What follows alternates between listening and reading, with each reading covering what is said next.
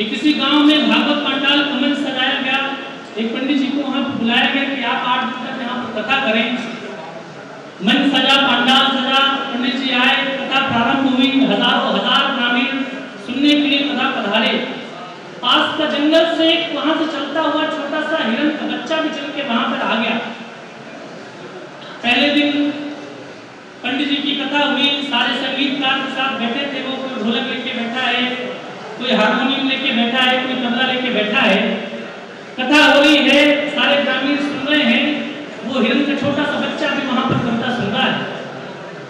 पहला दिन, दूसरा दिन, तीसरा दिन, चौथा दिन, पांचवा दिन, छठा दिन, सातवां दिन, 8वां दिन लगातार ये दृश्य दोहराता गया।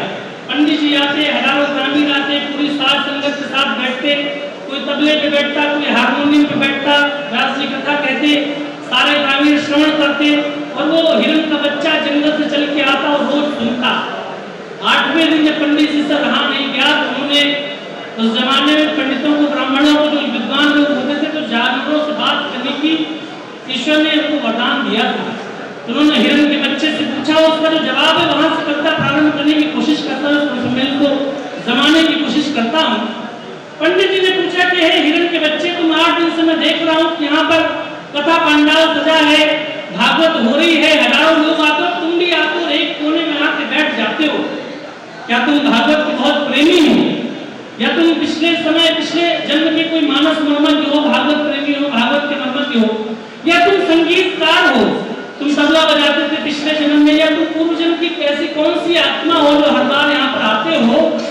उस छोटे से हिरण के बच्चे ने जो जवाब दिया और आपको लगे कि वो जवाब कविता की भूमिका की निर्मित है, तो एक बार सारे लोगों के हाथ बजाएं।